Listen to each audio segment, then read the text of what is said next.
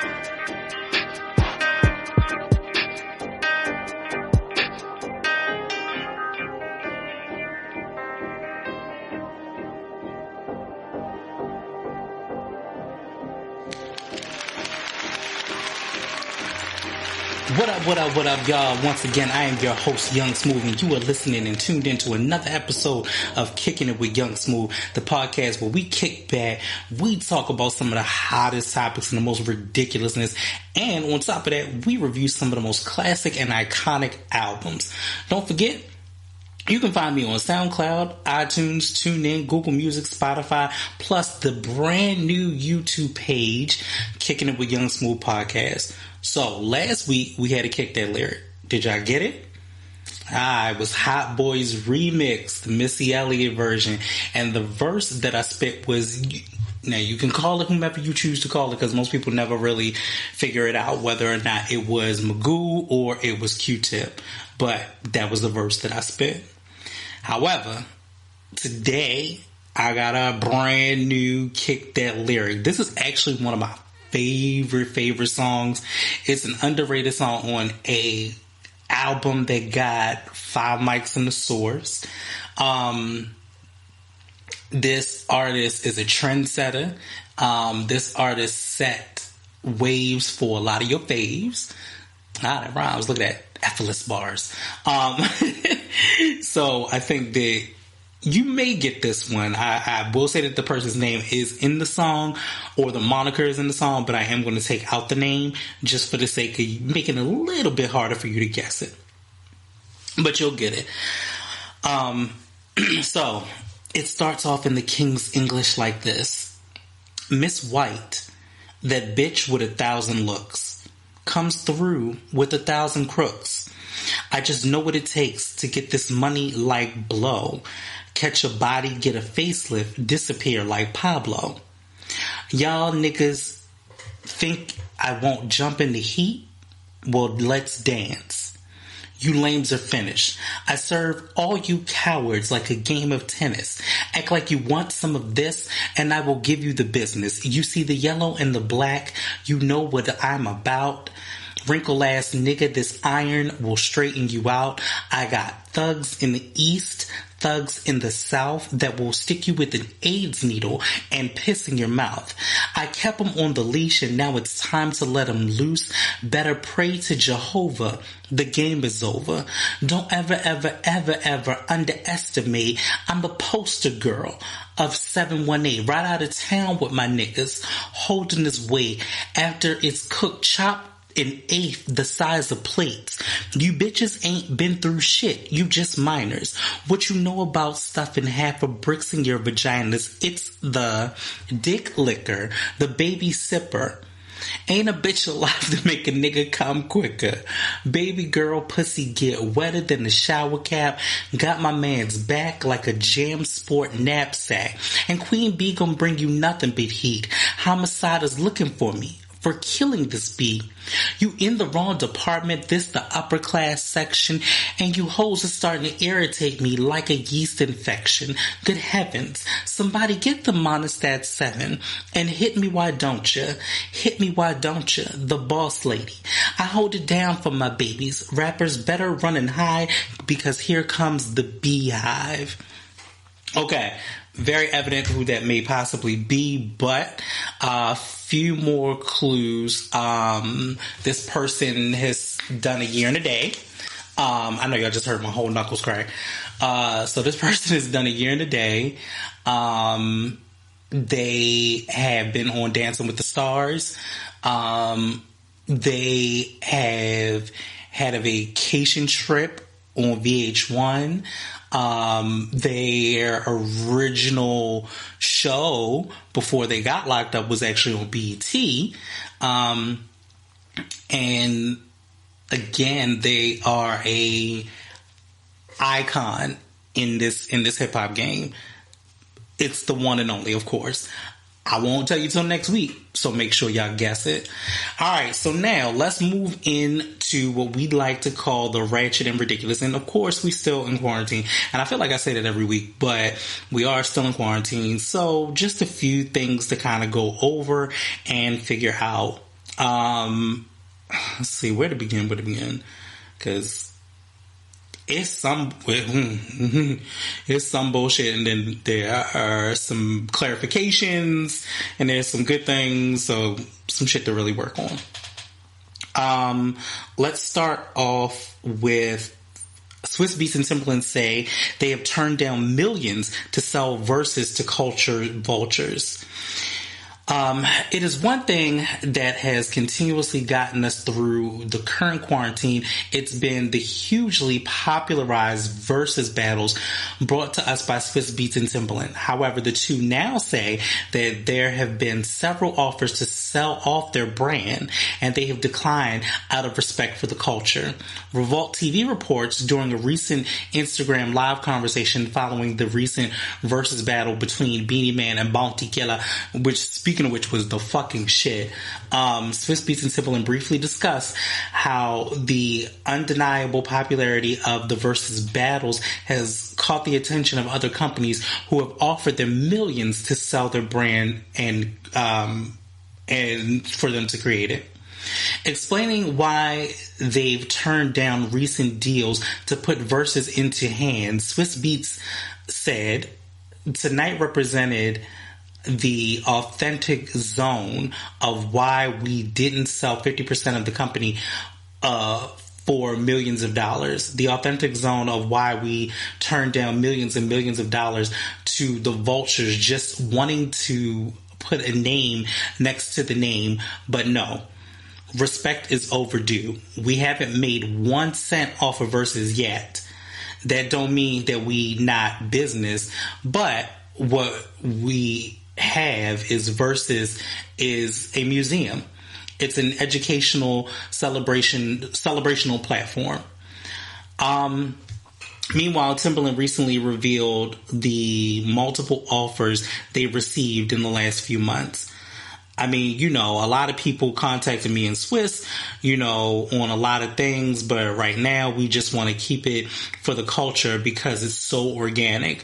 We don't want to bring the part of that element in right away. We just want to keep it where people are entertained because we live in a world where 16 million people lost jobs. We don't want to get into the politics of it. We want to keep it natural and fun. So that was actually my thought on it too, about the whole versus situation. Like, I am very, very, very, very happy that they are keeping it so organic. I got a chance to watch the Bounty Killer one and the Beanie Man one. I watched part of it, but when I tell you that shit still went in. Today's Monday, so I'm recording late, but the 112 and Jagged Edge one I have not gotten through, which happens to be the next thing that was on the topic. They are doing theirs, and they've done theirs tonight. I'm hearing that there were some technical difficulties, of course, but they still pervade through it. I'm excited. I got Jagged Edge because I think Jagged Edge just has so many more memorable songs. I think that 112 is kind of that acquired taste. I think that Jagged Edge can charm the panties off anybody. So I believe that their music in that case is going to be a little bit different than 112's, and I think that they'll come out with the hits. I don't know. I'll probably have to report on that for next week and figure out how all of that goes. But in the meantime, it just as far as them not selling out for verses, I think that is dope. I think that when we come out of quarantine, yes, maybe that might be a different story. But yeah, Tim said it best. There are like 16 million people that have lost their jobs at this particular point. So I don't foresee anybody trying to pay for verses or anything of that nature. So I get it. And I think that is commendable. I think it's respectable. I love what Swiss says as far as like versus is a museum. It's an educational and celebrational platform. Like, absolutely, 100%. Like, I think that it's long overdue, and you are getting artists that are not getting the radio play today that they once got, and you are getting artists that paved the way and giving an education for those that don't understand that, these artists, this meant so much to us in the 90s and the early 2000s, and this is like, some of your favorite rappers still use certain beats from artists from yesteryear, like for instance DaBaby with the song Nasty and with Megan Thee Stallion and Ashanti on it. Like, that song go hard. I love it. And it's the old Ashanti song Baby, and Ashanti singing on it and got a whole new verse. So, rappers are one thing about our culture, one thing about the culture will pay homage when it's forced to, when we put it into a perspective to say, damn, I forgot about that. Oh yeah, that song is dope. Oh yeah, this will fit.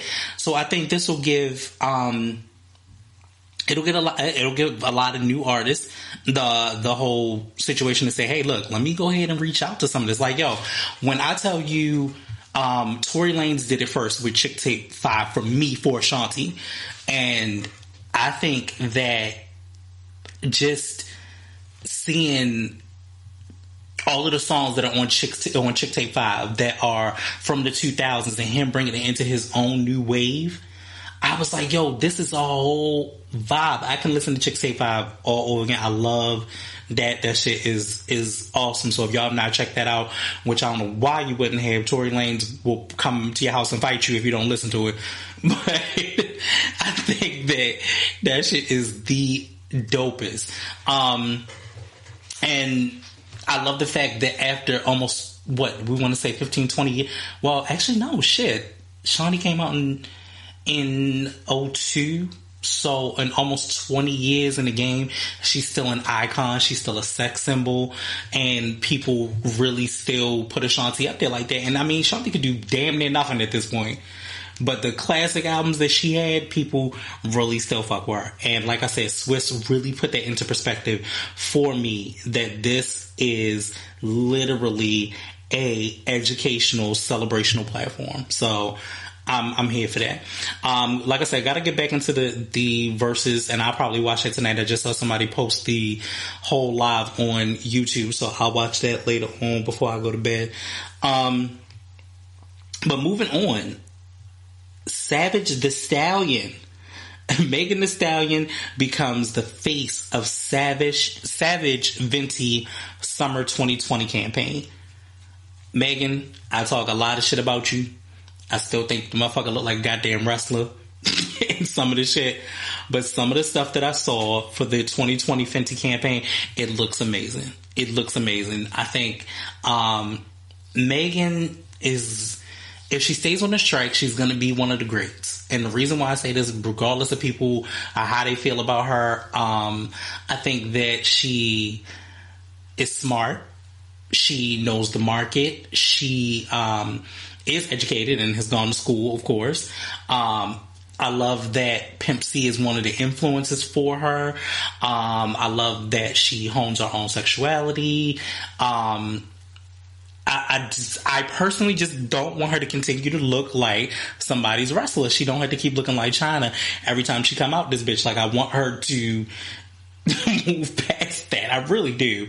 Like, that's the only thing that blows me. However, this right here is definitely a good look. I've seen some of the shoots where she's in the lingerie. Again, one of them looked like she a wrestler, but I digress. But I think that Megan is really, really gonna shine in this. And I think this is her moment. I think one of the things that makes Megan so dope is the fact that she's not problematic. You know what I'm saying? As long as she, gets through the whole label contract, everything, she gonna be good. She gonna be good. Moving on, we got Chicken and Weird. I hear that shit. Ludacris explains what he exactly meant by the controversial R. Kelly lyric.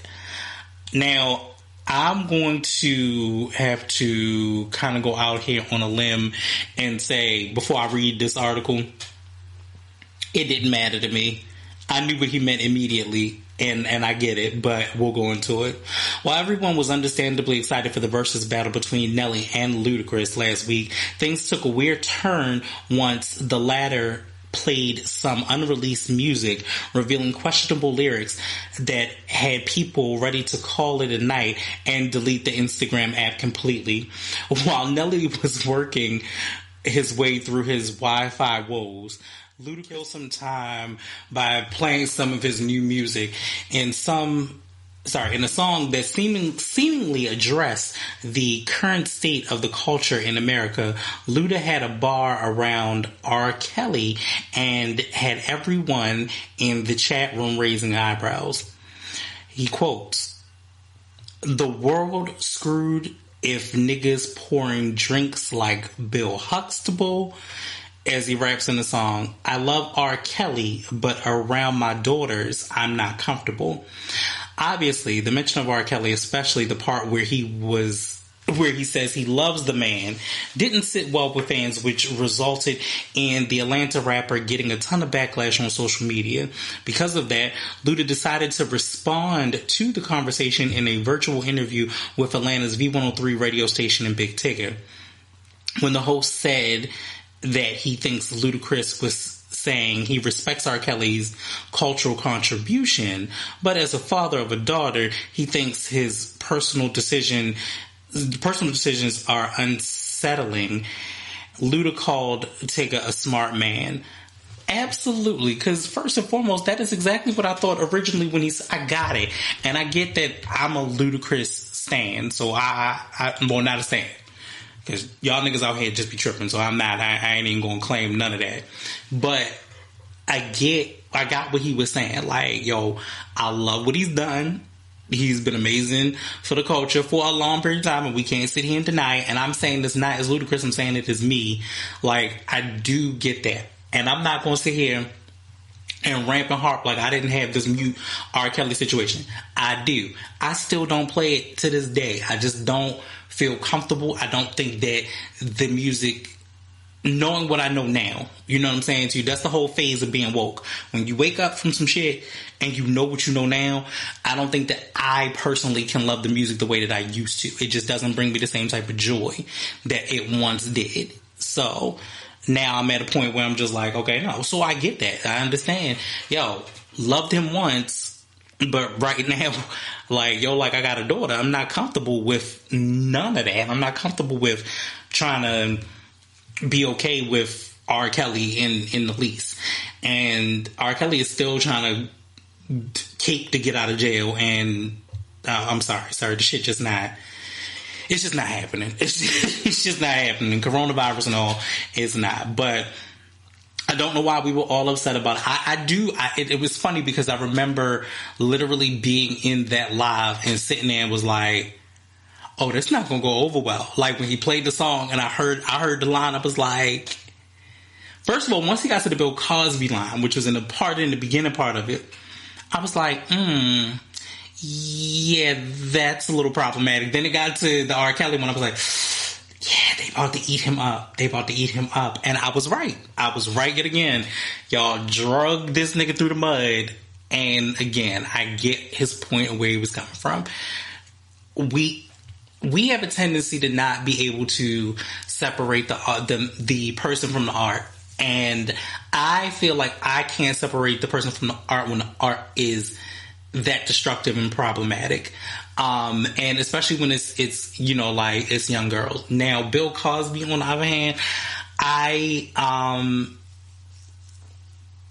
kind of separated from it just based on the fact that I think that with the Cosby Show and shows like A Different World that he produced, there was more than just him. So it's more than just him to fall in love with as a character. So I can take the shows for the face value of everything else. You know what I'm saying? So I don't know. And that's just kind of playing devil's advocate. That's playing one over top of the other. I get it. But in the can't believe I'm about to say this. But in a reality scale, there's a reason why I'm laughing at that. I just can't find myself listening and absorbing R. Kelly. I think visual does something to the mindset as well, but music in a certain kind of way does something to the mind and the spirit as well that I can't put that in my psyche. I'm not going to be the person. Don't have me at nobody cookout. I'm not stepping in the name of love. I'm just not. I said this before and I'll say it again. I'm just not stepping in the name of love no more. I'm just not doing it. But shout out to Ludacris for clearing it up, making the point clear. Like, yo, you can love the person, but you just can't have that person around your child, which makes utter and complete sense. Moving on, Doja Cat addresses alleged racist remarks. Okay, so I went through some of this, and I'm gonna be honest with y'all, I don't even know. I just don't know. So they talk about Doja Cat. I'm just gonna sum this one up. They talk about Doja Cat going through the whole situation as far as like being in chat rooms with anti-Semites and just a whole bunch of shit, and her using the N-word with a hard R, and all of those things that have kind of taken place in these chat rooms. I myself have been in chat rooms. I get it. I get where the fun is and the camaraderie of it all is. It sounds amazing. And you get to do it from the comfort of your own home. I think that she was, what it looks like is that she was just spitting back whatever they were spitting to her. And I think a lot of it was just them joking. Zach Campbell, who is another one of the YouTubers that I've watched. I'm part of his tired ass army too.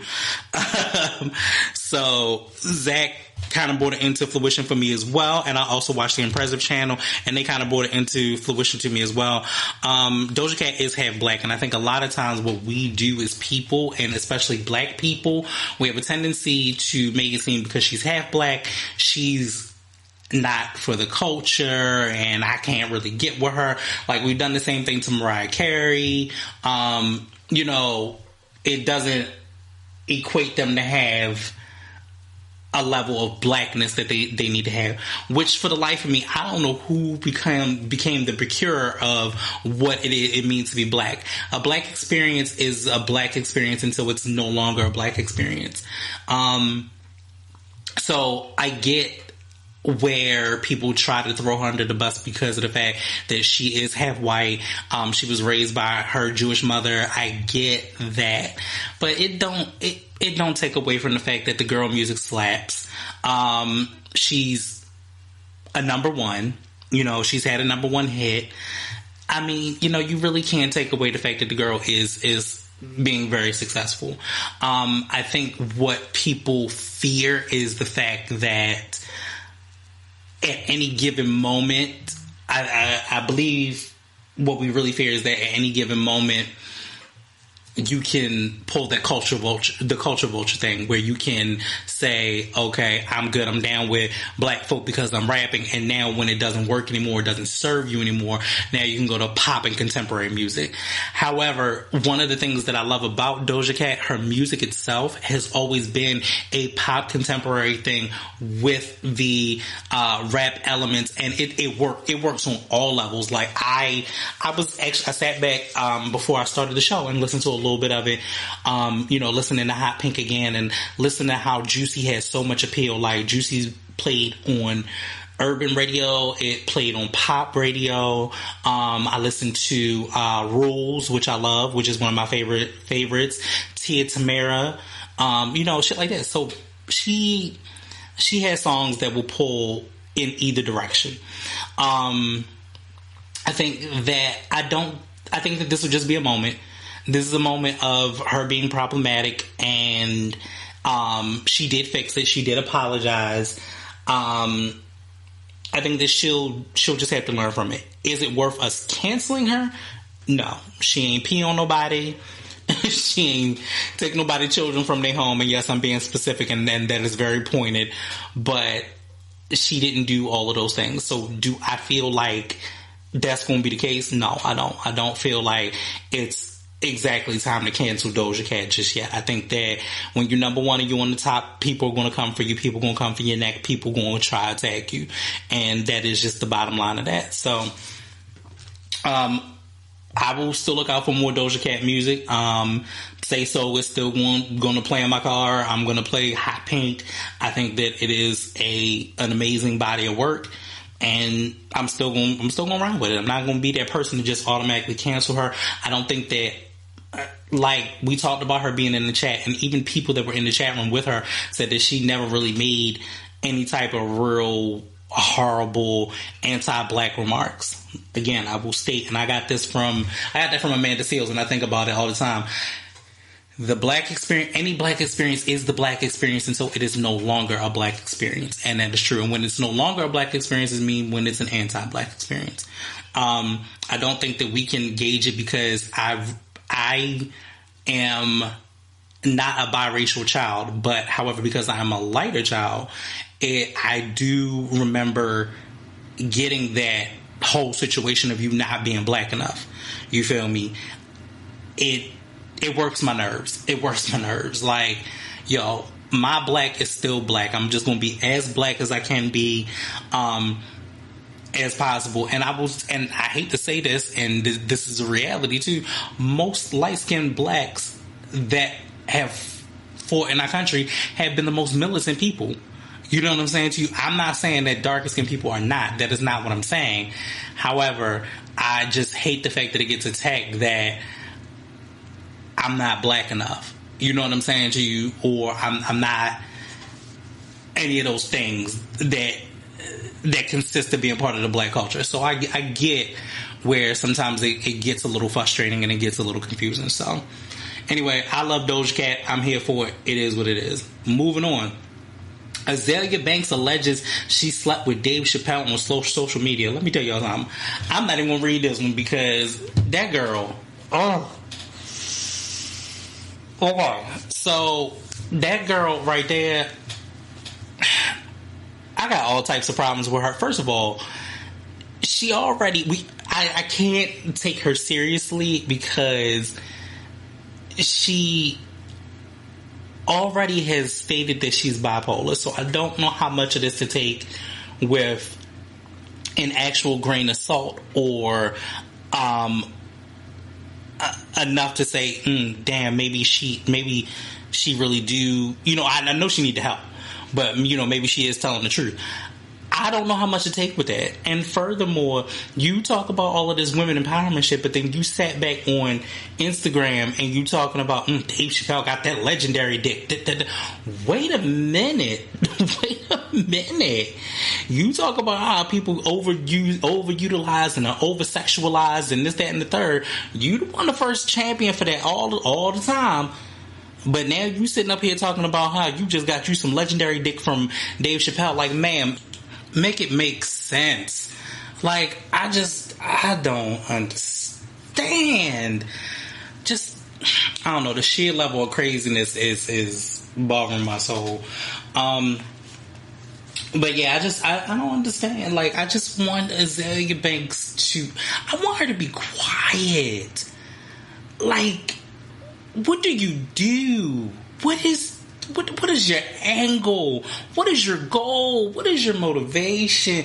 Like, this is another thing. A part of me wants us to be off of quarantine, but another part of me wants us to stay in quarantine. I want us to be out of quarantine for the reason that this is the dumb shit that just be happening. Like, you just out here spilling information unnecessarily. And again, if that's that girl truth, that's that girl truth. Who am I to judge? I don't give a fuck. However, what I do care about was it necessary? Like, I just feel like niggas just be saying shit on like a random Tuesday and just be going in. I'll be like, yo, what are you doing? What are you doing? And then furthermore, ma'am, you cause controversy to be problematic for people to talk about you. Like, am I giving you what you want? Yep, you just got what you want. Who are you anymore? Like, no one cares. Like, you had some okay music. There are people that really fuck with it. I've never fucked with the music. I ain't gonna lie to you. It just ain't never been my cup of tea.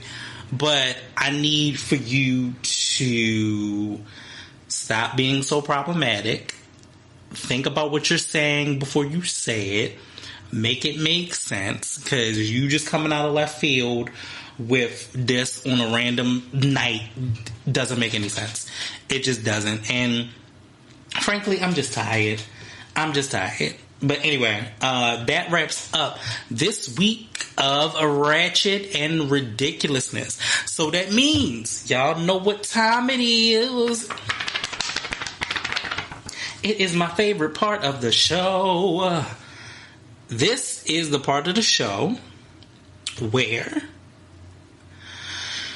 we sit back and we go over a classic album that I have in my hands. It does not smell like 1994, but it does throw me back to 1994 nonetheless. From the NOTORIOUS. You just lay down. So what? Come on now. Notorious B.I.G., who just celebrated a birthday, March 21st. Rest in peace, King. Like, I have an album in my hand. Now, it's funny because I have it in the original color with the white versus the remastered copy, the copy that was in the black. Just in general, I don't know what hip-hop would be without B.I.G. Like, I don't care what nobody say. I'm a huge, always been a huge fan. I don't know what hip-hop would be without B.I.G. But as we look at the very, very first album, which is Ready to Die. Ready to Die is the debut studio album of the American rapper The Notorious B.I.G., released on September 13th, 1994 by Bad Boy and Arista Records. The album featured production by Bad Boy founder Sean Puffy Combs, Easy Mo B, Chuck Thompson, DJ Premier, and Lord Finesse, among others. It was recorded from 1993 to 1994 at the Hit Factory and D&D Studios in New York. The partly biographical album seems to tell the story of the rapper's experience as a young criminal, and was the only studio album released during his lifetime, as his murder 16 days before the release of his second album, Life After Death, in 1997. Bruh, the fucking best. Let me tell you something. If you want to listen, like, I don't smoke weed like that. No, I don't, not even like that. I don't smoke weed anymore. But when I did, oh my gosh, 2 albums that I would listen to completely that I just loved, and you can listen to sonically and just something about it. Well, actually 3. I'm sorry. 3 albums would be Ready to Die, The Miseducation of Lauryn Hill, and You Can't Call My Phone, Erykah Badu's mixtape. When I tell you something about being high on weed, be clear, because y'all niggas, it brought everything to life for me, and I think that this was my favorite. Just the intro and Things Done Changed and Give Me the Loot, just to start off with, are some amazing tracks. Now, if you actually look at the original, there's a baby on the cover, and so the baby that is on the cover is not Biggie. It is not. I forgot what the guy's name was, but he did eventually come out and say that, hey, yeah, this is actually me as a baby on the cover. So it's really coincidental, because that baby could have looked like him. I could see that, but yeah, it's not Biggie. It's definitely not Biggie on the cover. So we got Give Me the Loot. Then you get to Machine Gun Funk, one of my favorite songs. But my all-time classic favorite, of course, has to be Warning. Come on, yo. You start off with, who the fuck is this? Like, yo, paging me at 11:36. I forgot the words now. But it's been a minute. I'm sorry. I did forget the words, and I think I was going to go into the Nicki one, which is crazy. But that's how crazy that people pay so much homage to this.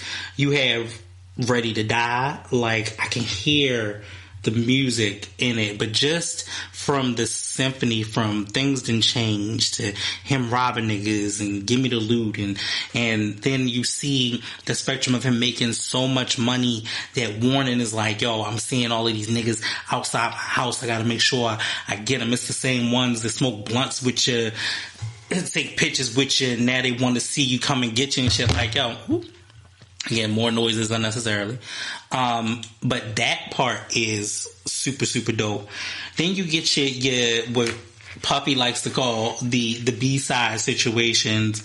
Actually, the A-sides, I should say. You get your One More Chance. And the one thing that I've noticed about a lot of these reviews, or just kind of the go-overs that I went over with these albums, they have interludes. So I love the Fuck Me interlude, which actually apparently that may have actually been a real thing. This is what Little Kim says about them fucking in the studio or whatever. So that might be that. And then my favorite song comes up, which much props and much respect to Method Man, because Method Man is probably the only person on this whole iconic classic ass album that has a feature, and that it was The What. The What was the shit. Nigga started off with, I used to get feels on the bitch, now I put shields on the dick to stop me from the HIV shit. And you know, like, yo, just classic iconic ass lines that get used all the time. I think Biggie will not be a reference for hip hop. People will continuously always utilize it. I've heard it in so many tracks, and so many people pay homage to Big in that way. So again, one of my favorites. Then you get Juicy, which was the quintessential cornerstone first single. No Heat, Remember Why Christmas Missed Us, like everything about that was just about that rise and that come up. You know what I'm saying? And then you sit back and look at the video. His mother is actually in the video. Miss Wallace is in the video. And I mean, just everybody's in the video. And at the time, just for him to be such an iconic legend, just thinking about things outside of the box, he was like, yo, he was like, I didn't want to sell drugs anymore. And if I was going to put my all into this, I had to put everything I had into it. And just for him to be so young and have that mindset like that, like I think he was 23-ish around the time, by the time he died. So again, really pushing to be the best is what you need to do. Everyday Struggles comes next, which was a great song. Me and My Bitch, like, loved Me and My Bitch, although it has a line in there that I'm not going to repeat, but it does have a line in there that I'm just like, Big, that's a bit much. But Big seemed to be a jokester. He just had so much great comedic timing, so much flow, so much cadence, and there's no way not to love somebody with that kind of charisma like that. So I'm utterly, thoroughly excited about that. Then you lead out with Big Papa. You got Respect. And Respect, I love Respect because that was actually leading back to his Jamaican roots. So that had a lot of dancehall influence to it as well. Friend of Mine, Unbelievable. And then you leave off with Suicidal Thoughts. And again, when you go through this journey, you really do take a journey from a young man just trying to hustle. Like, even like the main interlude in the beginning, like, yo was selling drugs or like robbing niggas on the train and shit. And it was one of those moments that in history that you just can't get back. You know what I'm saying? You just can't get this moment back. And Ready to Die was just the moment of us being young and free and not caring and not giving a fuck. So it kind of reminds me of where a lot of people are now when you're still young and wild and not giving a fuck. But it also, I think one of the things that he said, and this is not a quote, but I remember where he was talking about it on an interview. He was like, yo, this is not that I'm really ready to die, but that's kind of how I'm living. Like, I'm ready now and I'm living through it. Like, I'm moving through life so fast. Like, I'm just ready to die. Like, and I got it. I understood it. But listen to this album from beginning to end, and I'm telling you, sonically, you will love it. The sounds merge well. Puff did an amazing job on this album. And I think that it's still to this day withstands the test of time, and it's gone diamond many times over. Actually, I think it's like 2 or 3 times diamond now, and we're like over 25 years from his death, and just this album coming out, and it still can be talked about. And I think I remember watching like MTV and BET and stuff like that, and when this video came out and them doing like interviews and talking to different people, I remember the impact that it had when they were Asian kids. It was like, yo, you really telling our story? You telling? I don't understand why it was our story, but with the Asian kids, but it was something that he spoke to everybody, and it still was authentically him, and it was still authentically big. And I don't think that hip hop would have been the same without this album. I don't think I would have been the same without this album. I don't think the world would have been the same without this album. I think it was something that was so needed. It changed hip hop forever. It changed the way in which we listen to music forever. And I think that his death just perpetuated it and made it even bigger. And he is one of the greats. And I mean, he celebrated a birthday in May. We pay homage March 9th to his death.